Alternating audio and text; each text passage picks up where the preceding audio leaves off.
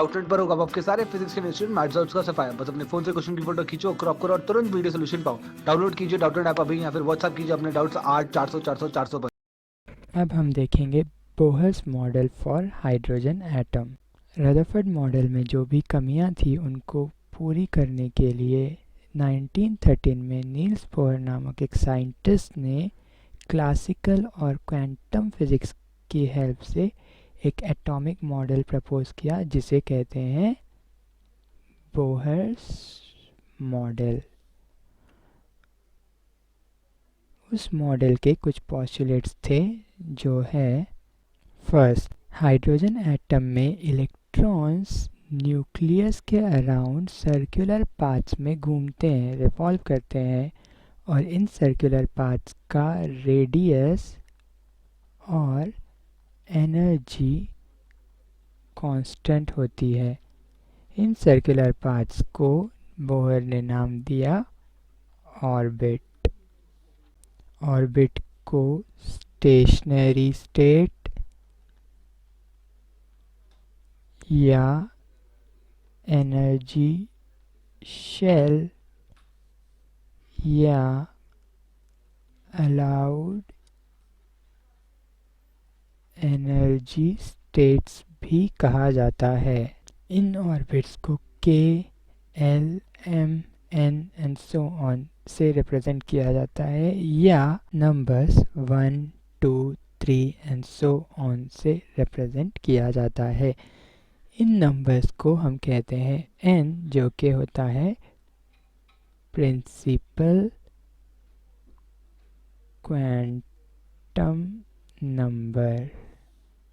Second postulate है electron सिर्फ उन्हीं ऑर्बिट में रिवॉल्व करते हैं जहां पे उनका एंगुलर मोमेंटम क्वांटाइज्ड हो। मतलब इलेक्ट्रॉन्स सिर्फ उन्हीं ऑर्बिट में मूव करेंगे जहां पे उनका एंगुलर मोमेंटम, जो कि होता है mass into velocity into radius, h/2 पाई का इंटीग्रल मल्टीपल हो, जहां h है प्लैंक्स कांस्टेंट। h/2 पाई को हम हैश से रिप्रेजेंट करते हैं, जिसकी वजह से एंगुलर मोमेंटम हो जाएगा n हैश। थर्ड पोस्टुलेट है एक ऑर्बिट में इलेक्ट्रॉन की एनर्जी टाइम के साथ चेंज नहीं होती। इसका मतलब है कि किसी भी एक पर्टिकुलर ऑर्बिट के लिए इलेक्ट्रॉन की एनर्जी कांस्टेंट होती है, वो ना ही बढ़ती है और ना ही घटती है। फोर्थ पोस्टुलेट है जब इलेक्ट्रॉन थोड़ी सी एनर्जी अब्सॉर्ब कर लेता है, अगर वो एनर्जी सफिशिएंट है तो उस एनर्जी की हेल्प से इलेक्ट्रॉन अपने ओरिजिनल स्टेट से एक हायर स्टेशनरी स्टेट में चला जाता है और जब वो उस हायर स्टेट से वापस लोअर स्टेट में जाता है तब सेम अमाउंट ऑफ एनर्जी जो उसने ट्रांजिशन के लिए अब्सॉर्ब की थी एमिट कर देता है। फिफ्थ पोस्टुलेट है इस ट्रांजिशन या मूवमेंट के टाइम पर इलेक्ट्रॉन जो भी रेडिएशन एमिट या अब्सॉर्ब करता है उसकी frequency delta E by H से दी जाती है, जहां delta E energy difference of stationery states और एच प्लैंक्स कांस्टेंट हो जाएगा। इसको हम E2 minus E1 by H से भी लिखते हैं, जहां E2 होगा energy of higher stationary state और E1 हो जाएगा energy of lower stationary state और इस एक्सप्रेशन को कहा जाएगा Bohr's frequency rule. Sixth postulate है हाइड्रोजन एटम के लिए बोहर्स थ्योरी के अनुसार फर्स्ट, इलेक्ट्रॉन्स जिन ऑर्बिट्स में घूमते हैं उन्हें इंटीग्रल नंबर्स जैसे 1, 2, 3 एंड सो ऑन से रिप्रेजेंट किया जाता है और इन्हें प्रिंसिपल क्वांटम नंबर भी कहा जाता है, जिसे हम n से रिप्रेजेंट करते हैं। सेकेंड, किसी भी ऑर्बिट की radius n square A not से दी जा सकती है, जहाँ ए नॉट है 52.9 पिकोमीटर और n उस ऑर्बिट का प्रिंसिपल क्वांटम नंबर है।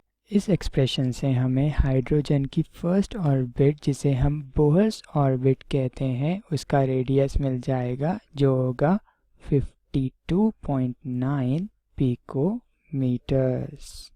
हाइड्रोजन का इलेक्ट्रॉन जनरली इसी ऑर्बिट में प्रेजेंट होता है।